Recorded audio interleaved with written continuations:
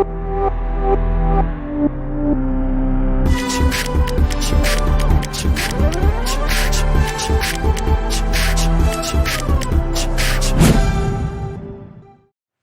Friends, तो आज हम लोग एक नया टॉपिक चालू करने वाले हैं जिसको हम बोलते हैं इलास्टिसिटी।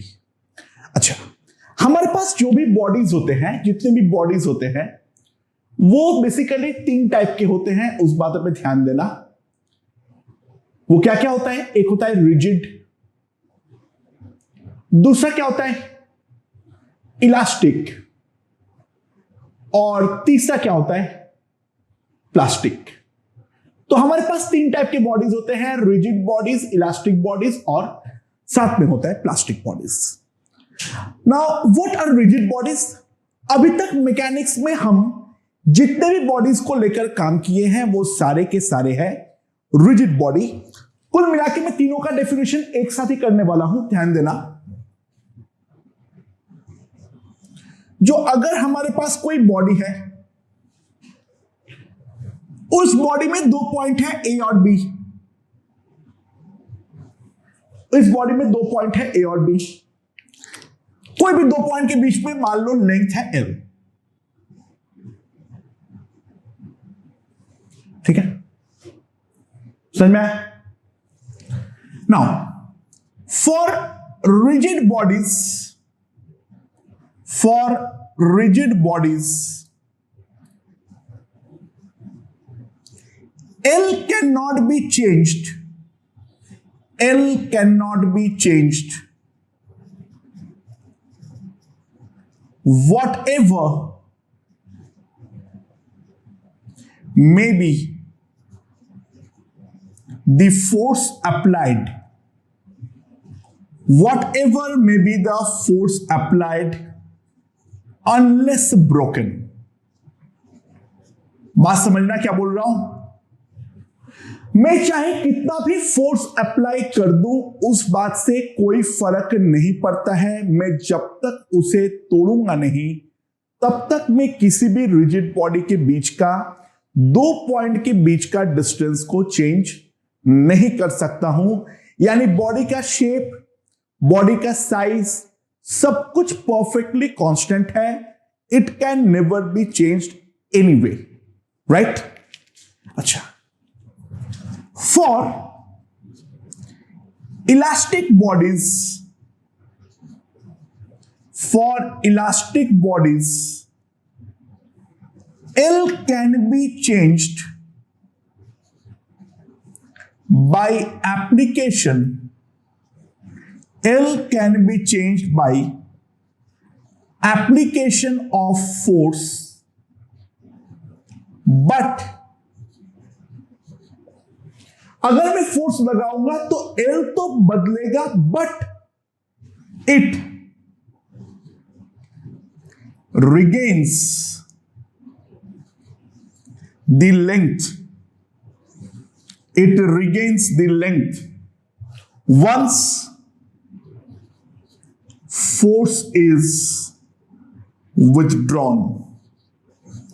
अगर मैं फोर्स को विथड्रॉ कर लूंगा तो मेरा वो वाला लेंथ अपना पुराने जो पोजीशन है उसको रिगेन कर लेने वाला है। मतलब मैं क्या बोल रहा हूं? एक स्प्रिंग को मैं खींचता हूं तो ऑब्वियस सी बात है, मैं फोर्स अप्लाई करूंगा, तो फोर्स अप्लाई करने पर ऑब्वियसली बॉडी अपना लेंथ को बदलेगा, और बॉडी अपना लेंथ को बदलेगा वो तो सही है, लेकिन मैं जैसे ही वो फोर्स को छोड़ूंगा तो स्प्रिंग अपना पुराना नेचुरल लेंथ पे आ जाएगा। तो ये मेरे पास क्या हो गया? Elastic bodies. और लास्ट क्या होता है मेरे पास? Plastic bodies. For plastic bodies बाकी कोई डिफरेंस नहीं है, सिंपल सी बात है, change in length is permanent. Plastic bodies के लिए लेंथ पे जो बदलाव है वो हमारा परमानेंट है। उस पे एक बार मैं फोर्स लगा के लेंथ को बदल डालूं, बट उसके बाद कभी भी वो अपनी पुरानी लेंथ को रिगेन नहीं करने वाली है। तो ये 3 पॉइंट हमें ध्यान रखना है।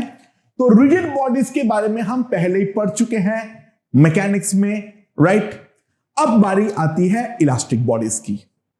अच्छा, इलास्टिक बॉडीज का मेन जो ये प्रॉपर्टी है वो होता क्यों है? क्योंकि ध्यान देना, जो भी हमारे सॉलिड्स के पार्टिकल्स होते हैं उसमें क्या है, हम मानते हैं ये इस प्रकार के बहुत सारे छोटे छोटे हाइपोथेटिकल स्प्रिंग्स के सारे जुड़े हुए होते हैं, बहुत बड़े नेटवर्क होते हैं। तो ऑब्वियस सी बात है, मैं जैसे ही फोर्स लगा के ये वाले स्प्रिंग का कॉम्बिनेशन को डिफॉर्म करने का कोशिश करूंगा, तुरंत ये वाले स्प्रिंग्स जो है ये हमें क्या करेगा, ये अपने आप को रिगेन करने के चक्कर में एक ऑपोजिंग फोर्स लगाएगा, हाँ कि ना। सो मेन फंडा क्या हुआ, if we apply a deforming force,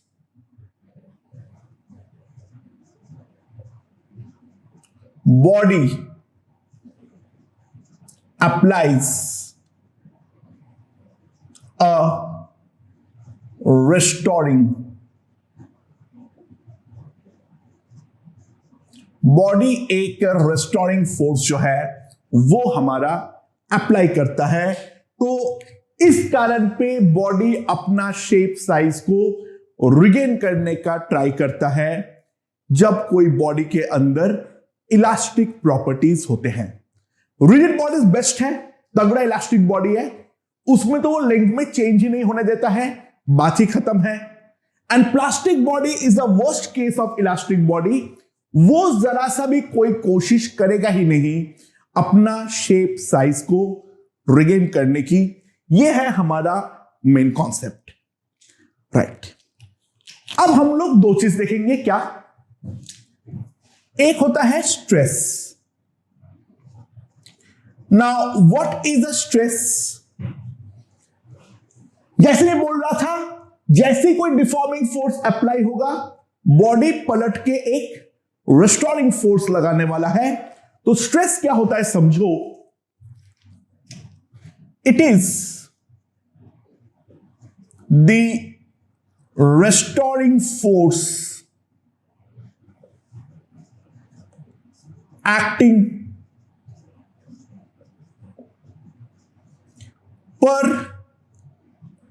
unit area. समझो वापस बात को, अगर मान लो मेरे पास कोई रॉड है, अगर मान लो मेरे पास कोई रॉड है, मैं जैसे ही रॉड को फोर्स F से खींचूंगा तो रॉड जो है वो मेरा बढ़ता जाएगा।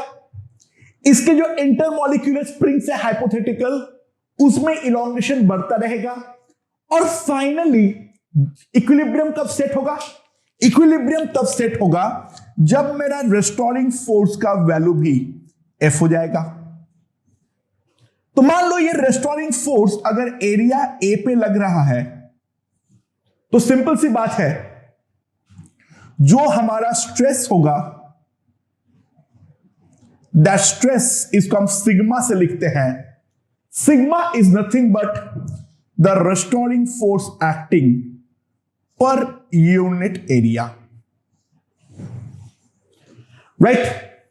एंड इसके अलावा हम और एक टर्म डिफाइन करेंगे, वो है strain. Now what is a strain? बहुत सिंपल सी बात है, strain is nothing but the fractional change, strain is nothing but the fractional change in a dimension. What is mean by dimension? अगर मैं longitudinal strain के बारे में बात करूंगा, it will be the fractional change in length. अगर मैं volume strain के बारे में बात करूंगा, it is the fractional change in volume. अगर मैं area में change के बारे में बात करूंगा, it will be the fractional change in area. तो जो भी हमारा डायमेंशन है, जिस चीज पे हम चेंज देखना चाह रहे हैं, उसके अंदर जो फ्रैक्शनल चेंज होगा उसको हम बोलते क्या है, स्ट्रेन। तो हमें इलास्टिक बॉडीज के लिए दो चीज डिफाइन करेंगे। एक है स्ट्रेस।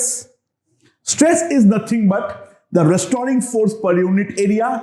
देख के स्ट्रेस बिल्कुल प्रेशर की तरह लग सकता है, बट प्रेशर और स्ट्रेस फिजिकली कंप्लीटली दो डिफरेंट क्वांटिटी है। Dimensionally formula wise they are same, but definitely एक बात ध्यान देना, फिजिकली जो हम डिफाइन करते हैं उसमें प्रेशर और स्ट्रेस में डायरेक्टली कोई रिलेशन नहीं है। इसके अलावा क्या है मेरे पास, स्ट्रेन। स्ट्रेन क्या होता है, the fractional change in a dimension is called a strain. और वो डायमेंशन कुछ भी हो सकता है। We can consider the change in length, we can consider the change in volume, so on and so forth, blah blah blah blah blah.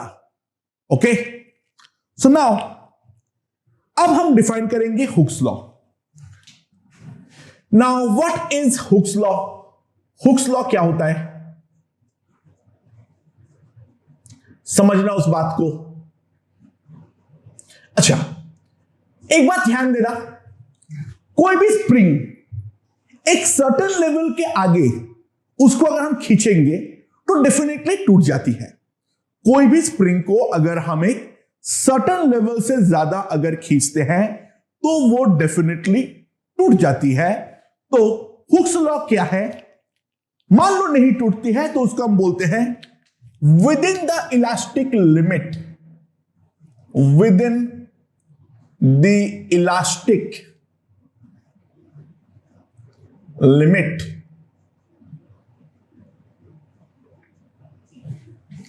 Simple सी बात है, हम बोल सकते हैं stress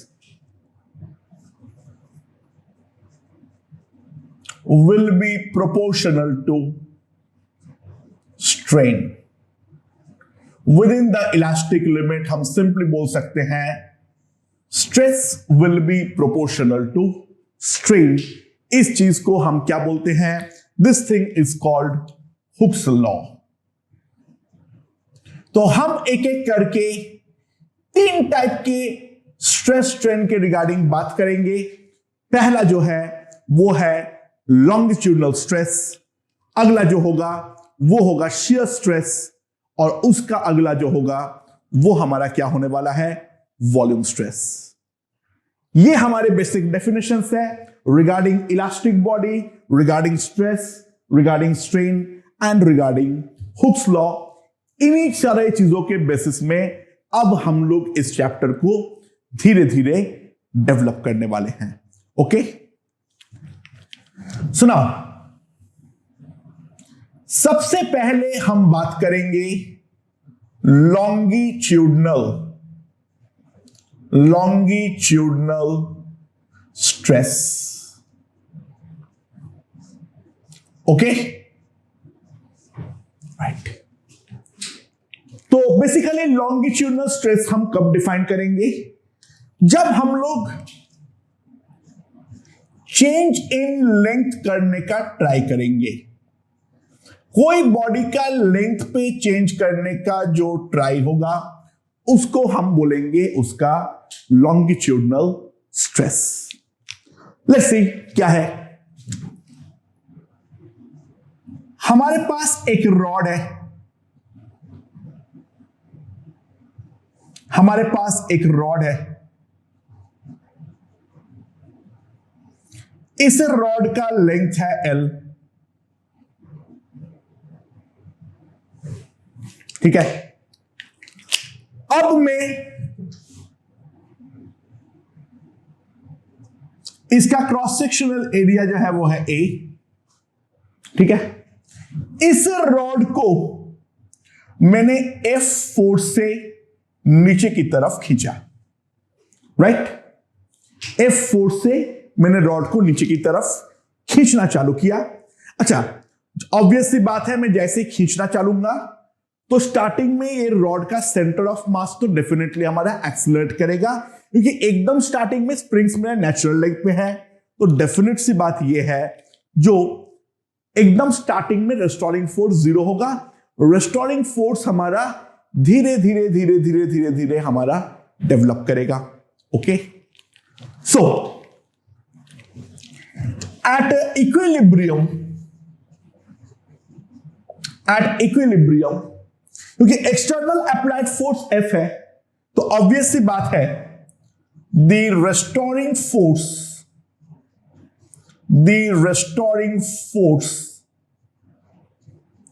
is also equals to F. Right? समझ में आया? Let change in length is equals to delta L. Restoring force जो है वो मेरा F है, और जो चेंज इन लेंथ होगा वो कितना होगा? Delta L. राइट? तो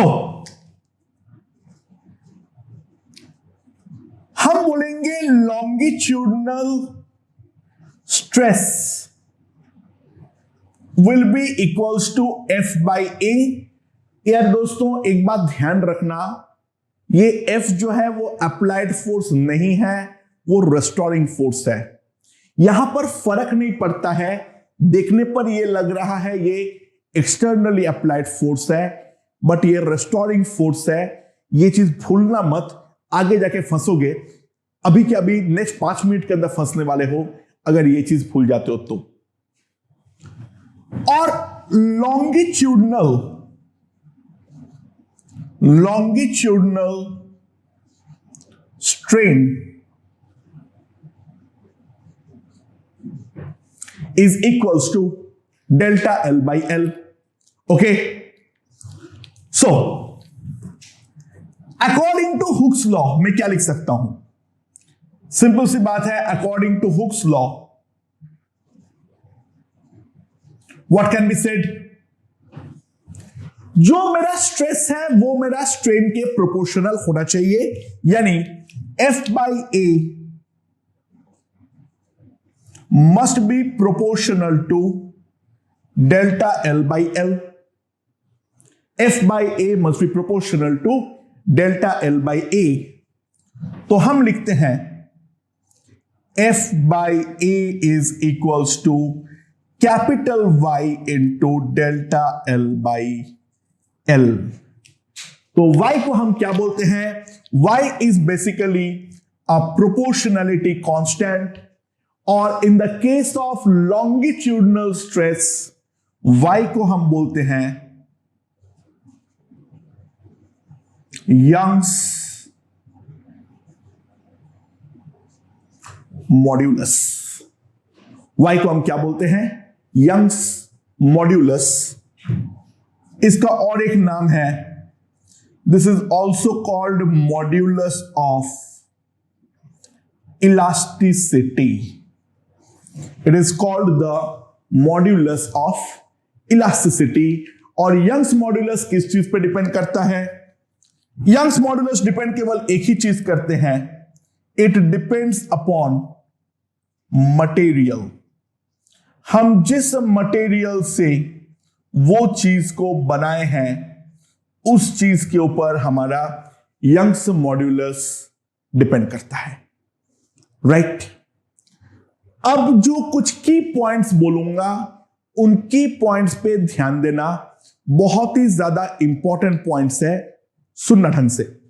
क्या है? Elasticity is the property. Elasticity is the property by which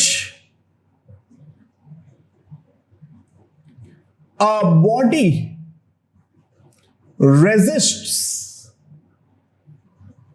is change in length. Elasticity वो प्रॉपर्टी है जिससे बॉडी अपना लेंथ में चेंज को रोकता है. ये नहीं है लेंथ में चेंज होने देना इज इलास्टिक प्रॉपर्टीज. जो रेस्टोरिंग फोर्स है वो इलास्टिसिटी को डिफाइन करता है. तो बॉडी अपने आप को हमेशा अपना जो राइट नाउ शेप है उसी पे रखने का कोशिश करता है. So elasticity is the property by which a body resists its change in length.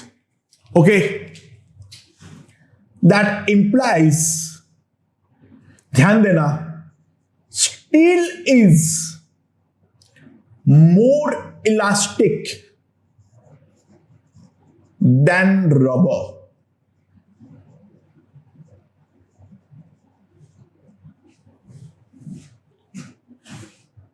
In short, मैं क्या बोलूंगा उस पर और ध्यान देना. अगर मैं दोनों बॉडी में सेम स्ट्रेस अप्लाई करूं, दोनों बॉडी में मैं अगर सेम स्ट्रेस अप्लाई करूं, the more elastic body will have a lesser strain. अगर मैं दोनों बॉडी में सेम स्ट्रेस अप्लाई करूं, the lower strained body will have a higher elasticity. Right? Same stress, more elastic body has lesser strain. Understood? Body जितना ज्यादा elastic होगा उसके अंदर स्ट्रेन उतना कम होने वाला है. तो दो एक्सट्रीम केस देख लो.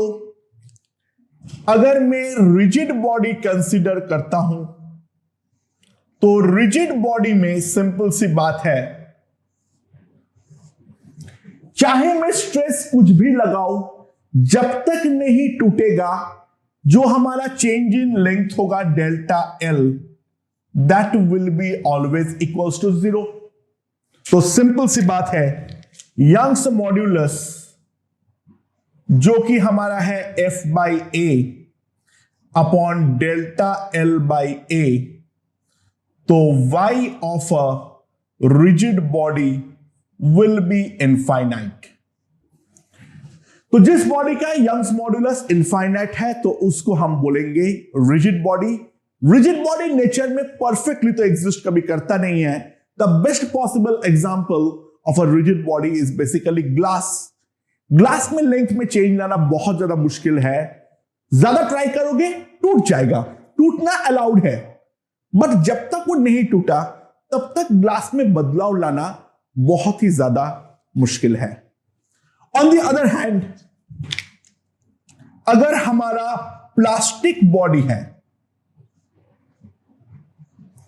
देखो प्लास्टिक बॉडी में मैं कुछ भी फोर्स लगा दूं, प्लास्टिक बॉडी में मैं कुछ भी फोर्स लगा दूं, doesn't matter, but the restoring force, the restoring force is always equals to 0. Right? Plastic body अपना लेंथ में चेंज को रोकने का कोई ट्राई नहीं करता है. तो प्लास्टिक बॉडी का जो हमारा रेस्टोरिंग फोर्स होगा वो हमारा हमेशा 0 होने वाला है. सो सिंपल सी बात है, Young's modulus y 0 by delta L by L, तो y plastic is equals to 0. तो यहां पर हम लोगों ने basic definition of longitudinal stress खत्म करते हैं. एंड अब हम इसके एप्लीकेशन देखेंगे. यंग्स मॉड्यूलस को हम कैसे अप्लाई करेंगे डिफरेंट क्वेश्चंस में, अब हम उसके बारे में बातचीत करना चालू करेंगे. ओके दोस्तों, तो अब क्वेश्चन देखते हैं. क्या है पहला क्वेश्चन? बहुत ही ज्यादा आसान. पहला क्वेश्चन हम हमेशा आसानी लेते हैं. अब छत से एक, ये हमारा मासलेस वायर है, ये हमारा एक मासलेस वायर है. ठीक है, इस मासलेस वायर के नीचे एक बॉल कनेक्टेड है ऑफ मास m. जो हमारा इस वायर है, इस वायर का लेंथ है L, इसका यंग्स मॉड्यूलस है Y, ठीक है, और जो इसका छोटा सा क्रॉस सेक्शनल एरिया है वो है A, right. Body elastic limit के अंदर है, कोई प्रॉब्लम नहीं है। तो सिंपल सी बात है, calculate the elongation, calculate the elongation in the rod. Rod के में रॉड या वायर में इलोंगेशन कितना होने वाला है, कैसे निकालेंगे?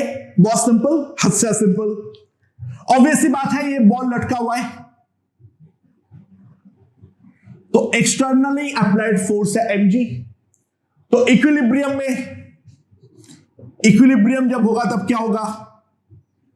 जो हमारा इसका रेस्टोरिंग फोर्स होगा वो रेस्टोरिंग फोर्स भी mg ही होने वाला है, राइट।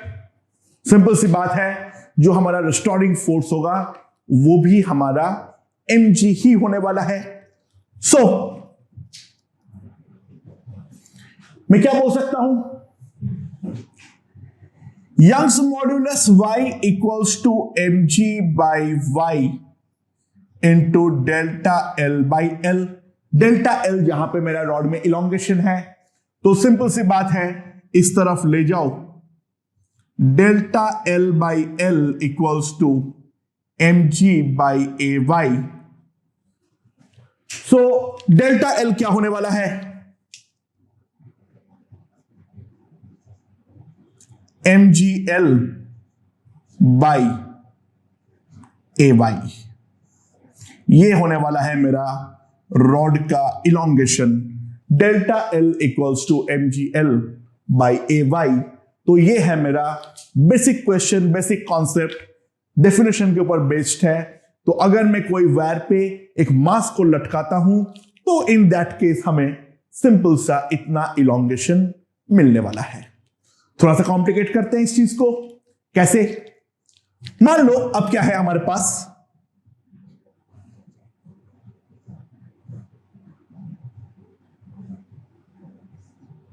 हमारे पास दो वायर है,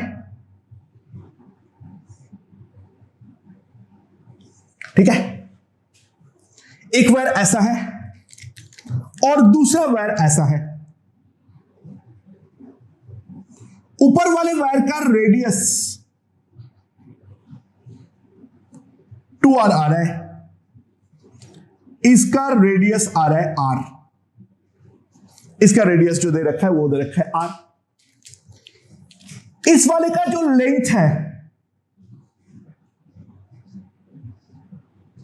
वो है 12, इस वाले का जो लेंथ है वो है मेरा l। अब क्या है, मैंने यहां पर एक मास लटका दिया ऑफ मास m, g मेरा इस डायरेक्शन में है। यंग्स मॉड्यूलस दिया हुआ है, इस वाले का यंग्स मॉड्यूलस जो है let's take it as y, और इस वाले का जो यंग्स मॉड्यूलस दिया हुआ है वो है 3y। मैंने दो पॉइंट मार्क कर रहा हूं, ये है पॉइंट A और ये है पॉइंट B। यहां पर मास लटकाया हुआ है वो है पॉइंट A, और जहां पर मेरा ये दोनों वायर कनेक्ट हो रहा है वो वाला है point A, right. So both wires are massless, दोनों के दोनों वायर को मासलेस मानो। अब कैलकुलेट, सिंपल सी बात है, कैलकुलेट शिफ्ट ऑफ जो दोनों पॉइंट्स है A और B, उन दोनों में शिफ्ट कितना हो रहा है वो हमें यहां पे इस क्वेश्चन में बताना है। तो हम किस तरीके से सॉल्व करेंगे, सबसे पहले उस बात को समझते हैं। अच्छा ध्यान देना, सिंपल सी बात है, क्योंकि ये वायर्स मासलेस है, there should not be any force on both the wires. समझ में आया क्या बोलना चाह रहा हूं? वायर्स आर मासलेस, तो इसका सिंपल इंप्लीकेशन है net force on both the wires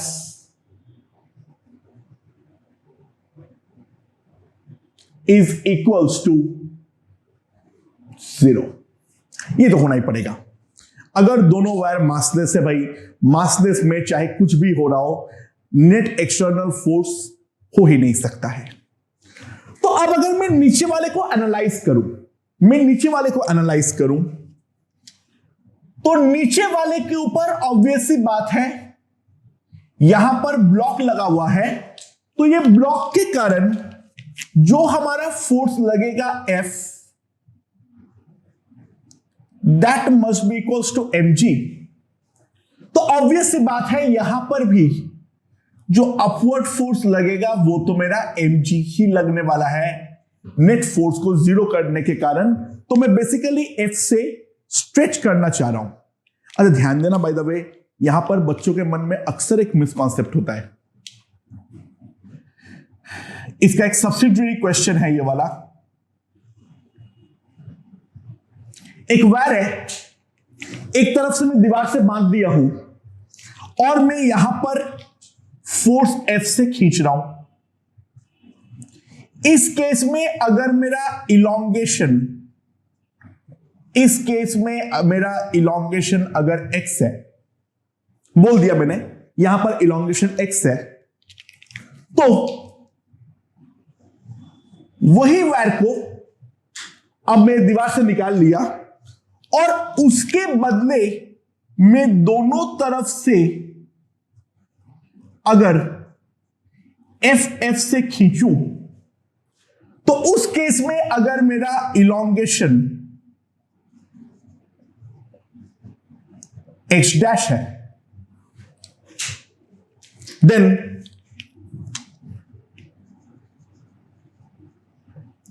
x must be equals to x dash. ध्यान दो, ये दोनों सिस्टम एग्जैक्टली सेम है। जब मैं यहां से F से खींच रहा हूं, अल्टीमेटली तो सिस्टम इक्विलिब्रियम में है, एक्सेलरेट नहीं कर रहा है, तो सिंपल सी बात है यहां पर वही फोर्स F दीवार लगा रहा है, यहां पर दोनों तरफ से मैं खींचने वाला जो काम कर रहा हूं, यहां पर भी काम तो वही हो रहा है, बस एक तरफ हमें समझ में नहीं आ रहा है, एक तरफ दीवार वो काम कर दे रहा है। अगर हम मान लो कोई रॉड में दूसरी तरफ से फोर्स ना लगे, तो वो बॉडी तो मेरे पास एक्सेलरेट करके आ जाएगा, तो वहां पर तो कोई सवाल पैदा ही नहीं होता है। ये दोनों सिस्टम एग्जैक्टली सेम है। यहां पर दोनों तरफ फोर्स लग रहा है Ff, राइट? इसका लेंथ जो है वो है L, इसका यंग्स मॉड्यूलस जो है वो है मेरे पास 3y, और रेडियस अगर मेरा r है तो जो क्रॉस सेक्शनल एरिया A होगा that will B pi r square, right? तो मैं इस वाले सिस्टम के बारे में अगर सोचूं, तो मैं सिंपली एक चीज लिख सकता हूं, 3y F by A by delta L by L। तो डेल्टा L1 लिख देता हूं, अगले बार को डेल्टा L2 लिखूंगा, राइट? सो डेल्टा L1 कितना आएगा मेरे पास, mgl by 3 pi r square into y। ये मेरा डेल्टा L1 है। अच्छा, अब अगर मैं अपर वायर पे जाता हूं, तो अपर वाले वायर पे क्या है,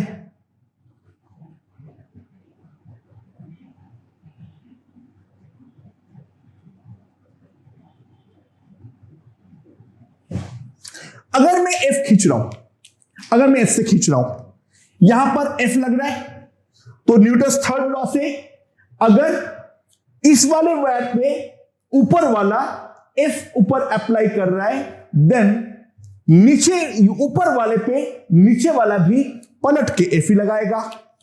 सो इस पर भी एफ लग रहा है, और ऑब्वियस सी बात है यहां पे छद जो है वो भी हमारा एफ ही लगाने वाला है। और अब इसका लेंथ कितना है? इसका लेंथ है 12। एरिया कितना है?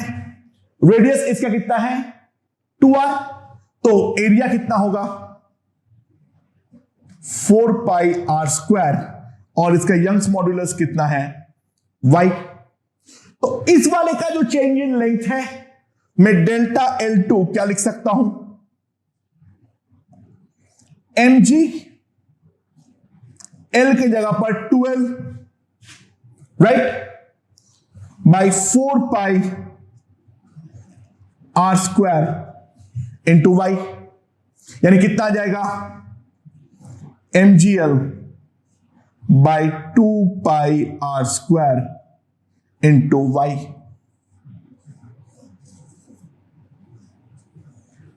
ये डेल्टा L1 है, ये डेल्टा L2 है। कुल मिला के बात समझ में आ गया है। अच्छा, जो मेरा डेल्टा L2 है, ध्यान देना ये वाले वायर का जो टॉप मोस्ट पॉइंट है वो तो हिल नहीं सकता है, तो ए पॉइंट का जो हमारा शिफ्ट होगा दैट इज नथिंग बट जो ऊपर वाला वायर है उस पर होता हुआ इलोंगेशन। सो सिंपली मैं एक चीज बोल सकता हूं, shift of A will be simply equals to delta L2, and that can be simply written as mgl by 2 pi r square into y। और शिफ्ट ऑफ b क्या होगा? Shift of b,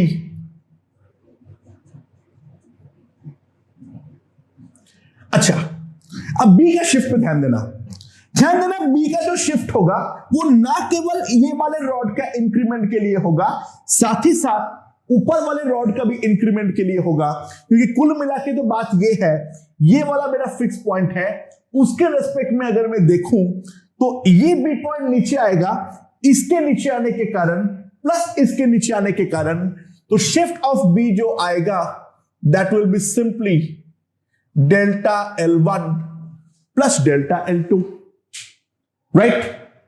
So that will be equals to mgl by 2 pi r square into capital Y plus mgl by 3 pi r square into capital Y। अब अगर मैं इन दोनों चीज को add कर दूं तो मेरे पास सिंपली कितना आ जाएगा?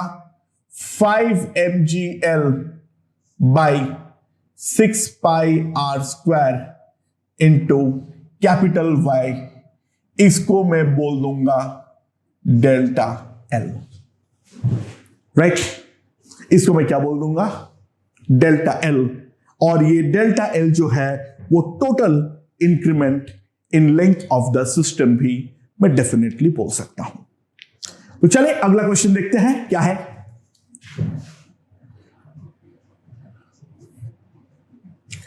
An elastic rod can be considered as a spring. Find the spring constant। जो हमारा स्प्रिंग कांस्टेंट होगा वो हमारा कितना होगा? एक इलास्टिक रॉड को हम एक स्प्रिंग की तरह सोच सकते हैं, तो वो जो स्प्रिंग है उस स्प्रिंग का स्प्रिंग कांस्टेंट कितना होने वाला है वो हमें निकालना है। कैसे निकालेंगे? ध्यान दो, मैं इसको एक इक्विवेलेंट स्प्रिंग में कन्वर्ट करना चाहता हूं, what is the definition of equivalent? Equivalent का सिंपल डेफिनेशन है, for same cause I must get the same effect. For same cause I must get the same effect. तो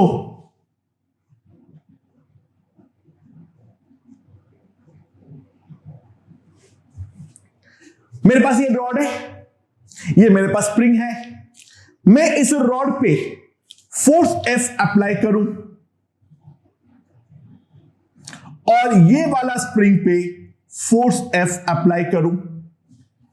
कॉज क्या है? Force. Effect क्या है? Increment in length. तो इसका increment in length अगर डेल्टा L है तो इसका भी increment in length delta L ही होना चाहिए। नाउ ध्यान देना, यहां पर जो स्प्रिंग कांस्टेंट है वो K है और इस केस में हमें जो जो मालूम होता है वो है Y, A एंड L। अब इस रॉड के लिए मैं क्या लिख सकता हूं?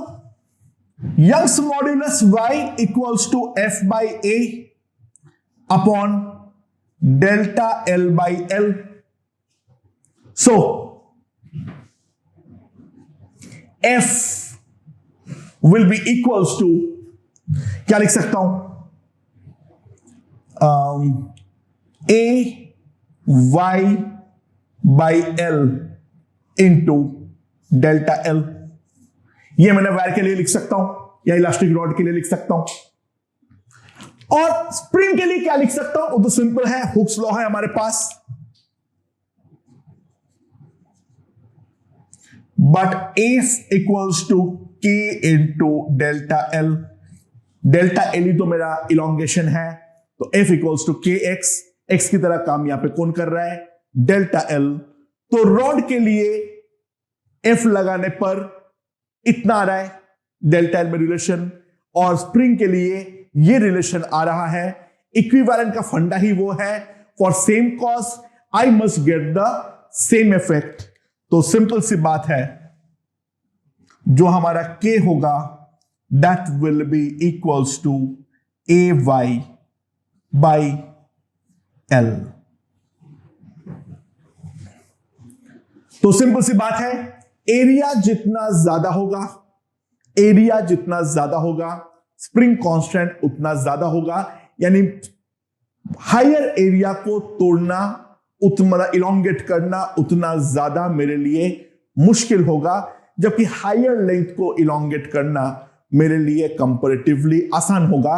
और यहां से अब हमने और एक चीज डिराइव किए हैं जो पहले हमने बोले हैं स्प्रिंग के केस में, that spring constant K is nothing but proportional to 1 by L। तो ये तीन था हमारे पास पहला बेसिक क्वेश्चंस। हम और क्वेश्चंस करते हैं और अब हम चीजों का कॉम्प्लेक्सिटी धीरे धीरे धीरे धीरे इंक्रीज करने वाले हैं। ओके ओके दोस्तों, तो अब और एक क्वेश्चन देखते हैं क्या बोल रहा है इसमें। क्या है देखो, ध्यान देना। मेरे पास एक रॉड है, इसका लेंथ है 12, ठीक है, और इसका जो क्रॉस सेक्शनल एरिया है टेक इट एज A। इसका जो यंग्स मॉड्यूलस है दैट इज Y। रॉड का लेंथ 12 है, क्रॉस सेक्शनल एरिया A है, और इसका जो यंग्स मॉड्यूलस है वो है L। अच्छा, रॉड के यहां पर एक क्लैंप है, क्लैंप सा चीज है पकड़ने के लिए, ठीक है, जिसमें फोर्स लगा सकता हूं। मैंने क्या किया, ये मेरा 3F है, ठीक है, यहां से मैं लगा रहा हूं F और यहां से मैं लगा रहा हूं 2F। ये जो लेंथ है, ये जो डिस्टेंस है क्लैंप का,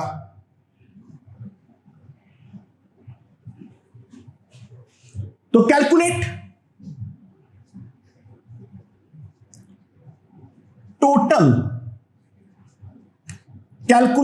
टोटल चेंज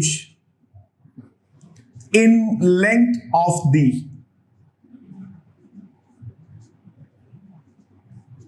रॉड। रॉड का टोटल लेंथ पे कितना बदलाव आएगा वो हमें निकालना है। तो वो चीज हम कैसे निकाल सकते हैं, थोड़ा सा सोचते हैं, थोड़ा सा ध्यान देते हैं। अच्छा ध्यान देना, भूल जाते हैं क्लैंप को। अब अगर मैं क्लैंप को भूल जाऊं तो मुझे फोर्स एफ को भूल जाना पड़ेगा, ठीक है। और यहां पर जो फोर्स है वो है मेरा 3F। तो यहां से अगर मैं F को भूला हूं तो मुझे यहां से भी, इधर से भी F को भूलना पड़ेगा। मतलब मुद्दे की बात मैं जो बोलना चाह रहा हूं, क्या मैं इस पूरे सिस्टम को सोच सकता हूं ये दोनों सिस्टम के कॉम्बिनेशन के फॉर्म में? जो ये पहला वाला है, इधर 2F है, इधर 2F है, यहां पर लेंथ है 12, यहां का यंग्स मॉड्यूलस है y, यहां का एरिया है a। एक सिस्टम मैंने ये मान लिया। प्लस ध्यान देना, ये जो F है ये वाला पार्ट केवल लेफ्ट पार्ट का ही फोर्स को बदल सकता है, राइट पार्ट के फोर्स में तो डेफिनेटली कोई बदलाव नहीं आने वाला है। इसके साथ जो दूसरा वाला बॉडी है, इस पर मैंने क्या किया, इसका लेंथ है L,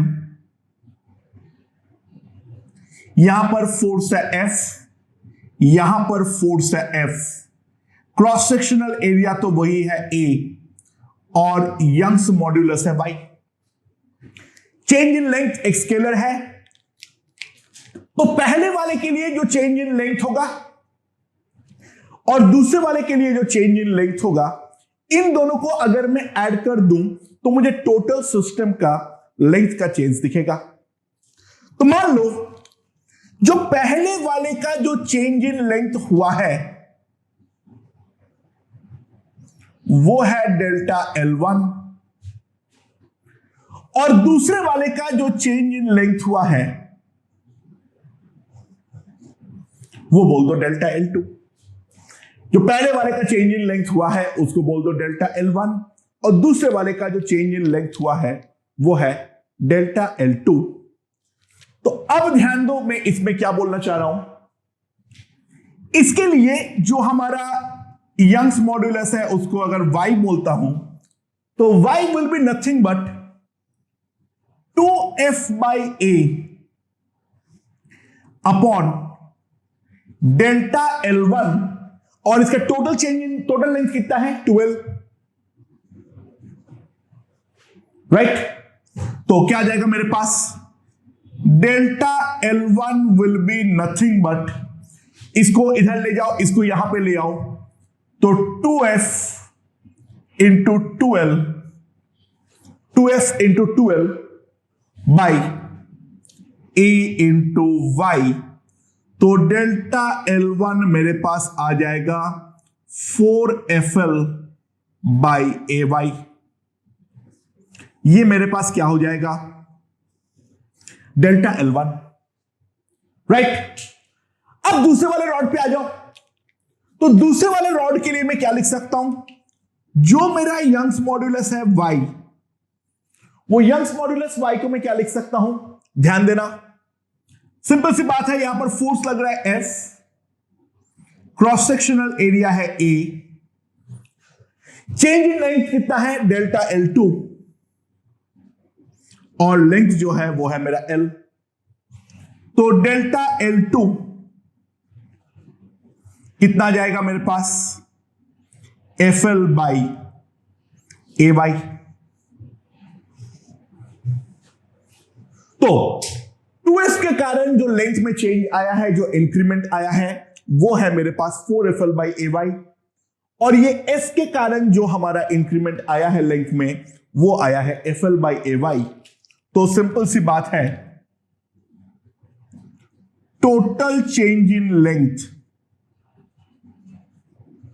total change in length कितना आ जाएगा, that will be simply equals to delta L that will be equals to delta L1 plus delta L2. So delta L will be equals to इन दोनों का addition and it will simply come out to be equals to 5FL upon AY. That is the total change in length. तो अगर मान लो मैं body पे force दो different point पे apply कर रहा हूं, तो इन दैट केस हम सिंपली उस चीज को इस तरीके से तोड़ लेंगे. मेन फंडा तो यहां पर ये है, ये वाला F का कोई भी इफेक्ट इसके राइट वाले पार्ट पे नहीं पड़ने वाला है, क्योंकि उधर से तो धक्का मार के वो निकाल दे रहा है. मेन कॉन्सेप्ट यहां पर यही है, राइट? चलो फिर और एक क्वेश्चन देखते हैं. क्या है इसमें?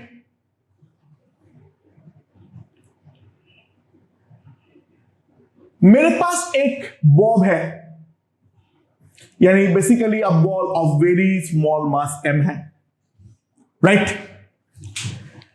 अब ये जो बॉब है इसका मास तो m है, जो मेरा वायर है it is a massless wire,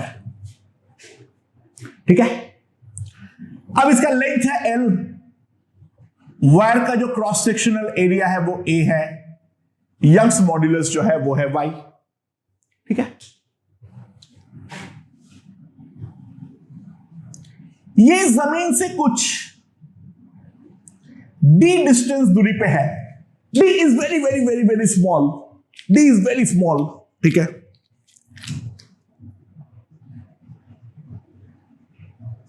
तो मैंने क्या किया, मैंने ये पूरा सिस्टम को उस थीटा एंगल पे टिल्ट करवा दिया.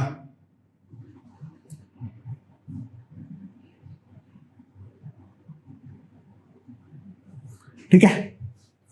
तो जैसे छोड़ूंगा ये स्विंग करके आ जाएगा, right?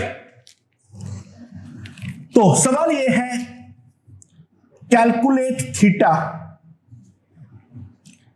calculate theta such that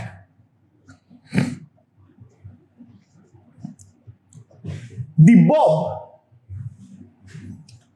bob just touches the ground. Bob just ground को टच करे, उस केस में हमारा पास थीटा कितना होगा. एक इंपॉर्टेंट बात है, initially m was at equilibrium. अच्छा, m अगर इक्विलिब्रियम में स्टार्टिंग में था, तो यहां पर एक बात इंपॉर्टेंट है जो कि हमें ध्यान रखना है. ध्यान देना, जो मैं बात बोल रहा हूं सुनो इसे. mg के कारण जितना इलोंगेशन होना चाहिए था वो ऑलरेडी हो चुका है और अब d बचा हुआ है. यानी जब हम फाइनल केस में इलोंगेशन कंसीडर करेंगे, वहां पर mg का इलोंगेशन को हम कंसीडर नहीं करने वाले हैं, क्योंकि वो तो यहां पर ऑलरेडी कंसीडर्ड है. उसके को हम दोबारा डेफिनेटली काउंट नहीं करने वाले हैं. हाँ, हमें अगर ये बोलता पहले इस वायर को नेचुरल लिंक में पकड़ रखा है m को, जो कि कोई फोर्स नहीं लग रहा है, अब मैं करके छोड़ा होता, तो जो mg का इफेक्ट है वो भी मुझे कंसीडर करना पड़ता. इसलिए ये वाला लाइन जो दिया हुआ है, इस लाइन को डेफिनेटली पढ़ो और फिर समझो जो क्या यहां पर मुझे mg कंसीडर करना चाहिए या फिर कंसीडर नहीं करना चाहिए. ओके, अब सुनो समझो. मेरे ख्याल से उसके बाद कोई ज्यादा प्रॉब्लम नहीं है. ये जैसे ही मैं छोड़ूंगा अल्टीमेटली स्विंग करके आएगा, और जब स्विंग करके आएगा ये वाला वायर बॉल, तब उसके पास डेफिनेटली कुछ ना कुछ वेलोसिटी आएगा. मान लो इस टाइम पे जो स्पीड है वो है v, और ये जमीन को अब जस्ट टच कर जाना चाहिए, तो यहां पर जो इलोंगेशन हो जाना चाहिए वो इलोंगेशन अब मेरा एडिशनली डी हो जाना चाहिए। mg के इलोंगेशन के अलावा जो इलोंगेशन हो जाना चाहिए वो मेरे पास डी हो जाना चाहिए। सिंपल सी बात है। ओके, तो अब क्या है? अच्छा, ये ध्यान दो, D is very very small, तो प्रैक्टिकली मैं ये मान सकता हूं, ये अगर एल है तो ये वाला लेंथ भी एल ही है, राइट? तो जो पोटेंशियल एनर्जी में इंक्रीमेंट है वो इतने पार्ट के चलते ही हुआ है। So delta PE is nothing but mgl into 1 minus cos theta. ये मेरा डेल्टा पीई है, and that must be equals to delta KE. जब ये जमीन पे आ जाएगा तो मैं सिंपली क्या लिख सकता हूं? Half M V square equals to mgl into 1 minus cos theta. mm is cancelled, so v square equals to 2gl into 1 minus cos theta। तो मेरे पास v स्क्वायर का वैल्यू आ गया है। अब ये वाले पॉइंट पे अगर हम फोर्स इक्वेशन लिखें, यहां पर t है, डाउनवर्ड mg है, तो जो एडिशनल टेंशन क्रिएट होगा t minus mg must be equals to mv square by L. यही तो मेरा एडिशनल फोर्स है जिस कारण पे मेरा एडिशनल इलोंगेशन होगा। एंड तो t माइनस mg का जो वैल्यू आएगा, v स्क्वायर बाई एल का वैल्यू पुट कर दो, it will be simply 2mg into 1 minus cos theta. मेरे पास ये आ जाएगा। अब mg को इधर ले मत जाना, t का वैल्यू मत निकाल देना, t के कारण इलोंगेशन d नहीं है, t माइनस mg के कारण इलोंगेशन d होना चाहिए। mg का इलोंगेशन पहले से ही इंक्लूड इस क्वेश्चन में हो रखा है, जिसके बाद ये लेंथ जो है वो l है, ध्यान देना। तो अब मैं क्या करूंगा? So this is the additional force,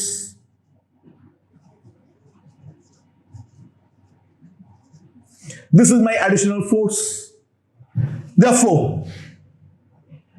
क्या आएगा मेरे पास?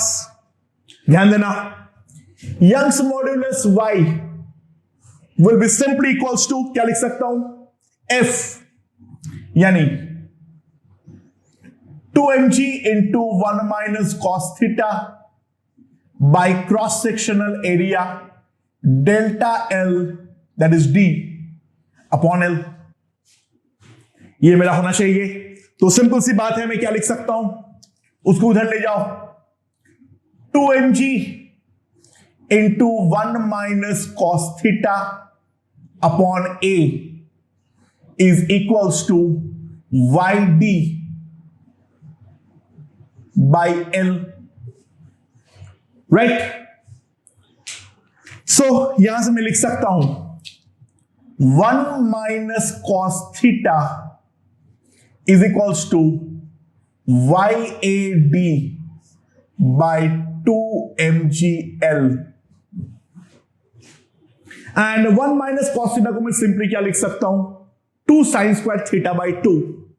सो 2 sine square theta by 2 YAD by 2mgl। So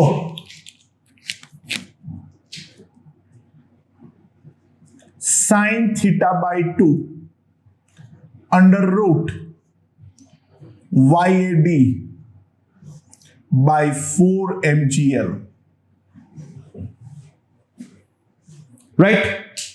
So simply मैं लिख सकता हूं theta equals to 2 sine inverse under root YAD upon 4mgl। Obviously बात है, ये जो अंदर वाला क्वांटिटी है वो अंदर वाला क्वांटिटी मेरा 1 से छोटा होना चाहिए, अदरवाइज हम बोलेंगे कोई सॉल्यूशन एग्जिस्ट करता ही नहीं है। खैर, अगर बोला है तो कर रहा है, मतलब ऑब्वियसली कोई थीटा एग्जिस्ट करेगा, तो उस क्वेश्चन को सही मानते हुए ये हमारे पास सॉल्यूशन आएगा।